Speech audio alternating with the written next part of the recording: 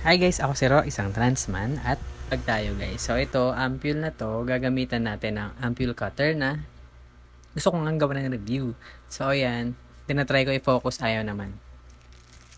So ito siya, ito yung ampule cutter na nabili ko. First impression ko dito, para lang siyang laruan, no? Hindi pa nga ako sure kung legit to, mamaya malalaman natin. Yan, dito tayo sa na-open na natin siya. Alam nyo yung ayaw ko dito guys. Naka-plastic lang talaga siya. Tapos ang nipis ng bubble wrap. Hindi man lang naka-box. Tapos tignan nyo. Tapos parang nakalagto. Natanggalan ng dikit. Ayan, tignan natin closer look. Ayan, dati na-expect ko na ano to. Kutsilyo, yung pala. Ay, kutsilyo. Anong kutsilyo? Yung parang matalim na something. Panghiwa nga kahit paano ng glass. Pero yung pala hindi siya matalim na bagay. Tingnan natin tong malambot na bagay na to. Ayan, pwede siya mabend. So, hindi siya plastic. So, ayan, susubukan natin. Subukan na natin. Yan, at this point, sinalpak ko lang. Wala akong ginawa dyan, hindi ko dinikita. Nilagay ko lang yung brown sa loob. Ayan, itong part nga pala na to, magaspang siya. So, hindi ko pa rin maisip kung ano yung logic ng gaspang. Pero, syempre, baka nakakatulong naman yun. Ayan, dito sa part na to, napansin ko na tumutunog yung tape. Nung ko na-realize na yung tape na nilagay ko sa neck, napasobra dun sa guhit. Kumbaga, dun sa part na wala dapat tape, nagkaroon siya ng tape. Kaya yun yung natunog.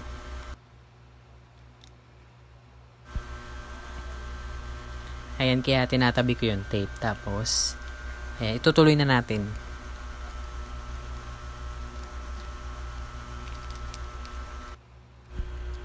Wala akong ideya kung gaano katagal ba dapat gawin to. Tinitignan ko kung ano yung nangyayari sa glass. Pero, hindi sapat yung paningin ko para makita ko kung ano yung nangyayari. Pero, pag titignan mo naman sa microscope, I'm sure makikita naman yan. Okay, ito yung tip ko. Huwag nyo akong gagayahin na wala akong anything na protective gear sa mga daliri. Kasi, more than 7 years ko nang ginagawa to. Pero pag mga beginner kayo, make sure na may gamit kayong protective, like gloves, mga ganon. At yung mata nyo, ingatan nyo. Kasi, baka matalsikan yung mata nyo ng mga maliliit na shards nung glass. Ako kasi nakasalamin naman ako, so carry lang.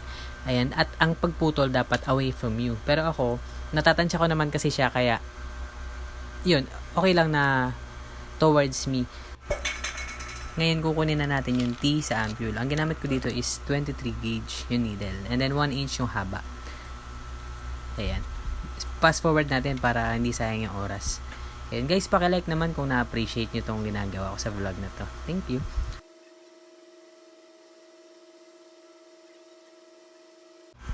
Ayan, sa pagbabalik naman ng takip ng needle, ganito yung gagawin nyo para safe.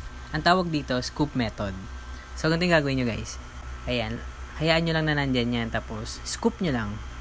Ayan, para safe, para walang masusugatan. Ganyan yung gagawin nyo. So, after that, make sure natin na walang bubbles kasi delikado. Dapat wala talaga yung nakikita nyo dyan na bubbles. And then, ito pa nga pala yung mga gagamitin. Alcohol pads, Band-Aid, tsaka yung ipampapalit natin na 25G, 1 inch yung haba.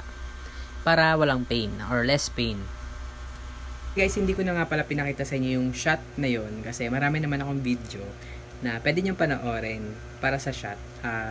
Tutorial talaga na in-depth tutorial sa pag-shot. Mamaya, ililink ko yung video na yon o yung mga video na yon na pwede nyo panoorin pagkatapos ng video na to. Just na summary lang, yung shot ko medyo nahirapan ako kasi parang 3/4 nung karayom, ng needle, mahirap siyang pumasok. Pero may mga haka-haka na kung ba't nangyayari yun. So, ang ginawa ko, dinahan-dahan ko na lang siya. Pero not to the point na ang tagal na, okay.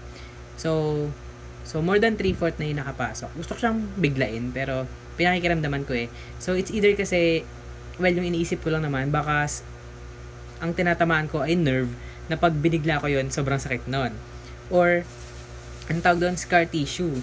So, nangyayari talaga yon sa pag-i-inject. Pag matagal ka na nag-i-inject, minsan yung mga spot na tatamaan mo is the same spot na tinamaan mo na dati na nag-heal.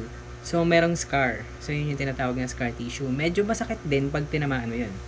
So, at that moment, iniisip ko, ano yung parang may resistance parang matigas siya na something. Pero, ayun, dinahandahan ko na lang. Baka lang kasi may ugat akong tinamaan. Hindi naman kasi siya, kasi may possibility din na pumurol yung dulo ng karayom kasi tumama sa kung saan. Pero sure ako na hindi siya tumama sa kahit saan. Pero yun, so nang itusok ko na siya, make sure na nakabaon. At yun, dahan-dahan ko ng, anong tawag doon?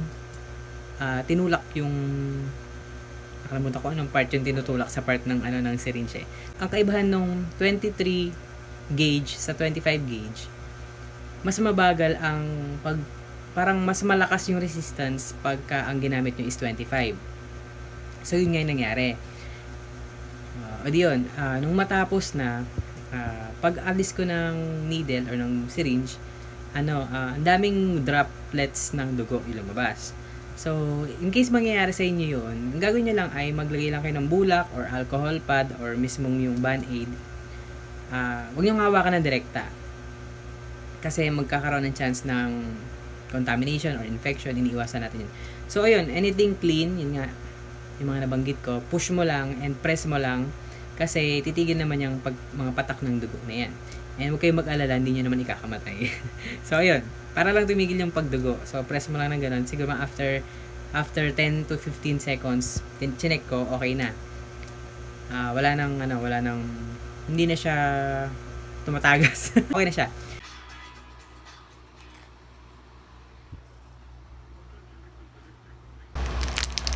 Ito yung next nating i-review. So, ayan. Subscribe kayo guys kung gusto nyo makita yun. Okay, ito na yung part na malalaman nyo kung i-recommend ko ba to. Ang goal naman talaga ng pagbili natin ng mga tools ng mga tulad nito ay para mas mapadali ang buhay, para mas padali ang pagsashot, pagbalik. So, ako kasi, hindi ko siya gagamitin. Hindi ko na siya gagamitin kasi kaya ko namang baliin si Vibron gamit ang bare hands nga eh. Kasi ganun siya kadali. Tapos, pwede kong gamitan ng tape pa rin para in case lang na mabasag siya sa kamay ko, may protection pa rin yung kamay ko kahit papano. Tapos, ayun, pwede ko rin naman gamitan ng ibang method. Nagawa ko na rin ng vlog. So, siguro i-link ko na lang sa ilalim para mapanood nyo rin para mas madali magbali ng ampule without any tools. Or with tools pa rin, pero mas madali. Hindi mo na kailangan bumili nito. Yung mga tools lang na makikita mo sa bahay nyo. I-recommend ko ba to sa inyo? Sa ngayon kasi, masasabi ko na dapat itry nyo, lalo na kung ibang tea yung gamit nyo, like testoviron, gano'n. Itry nyo rin. Though itong pambali niya na side, na part, ito, pwede naman siya, pwede siya pang bali ng neck, actually.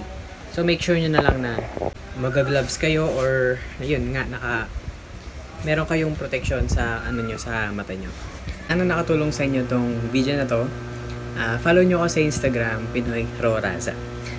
Subscribe kayo at i-turn nyo na rin yung notification para updated kayo sa mga bagay na ginagamit ng usually na isang transman. So, ayun, super informative na mga next upload natin tulad ng nakaraang 300 plus videos. At ayun, continue pa rin ako sa sharing ng information and experience ko. Ayan. Thank you nga pala guys sa mga nananatiling nakasubscribe. At meron tayong membership program. Nakalagay dyan, join para malaman ko ano yung mga perks.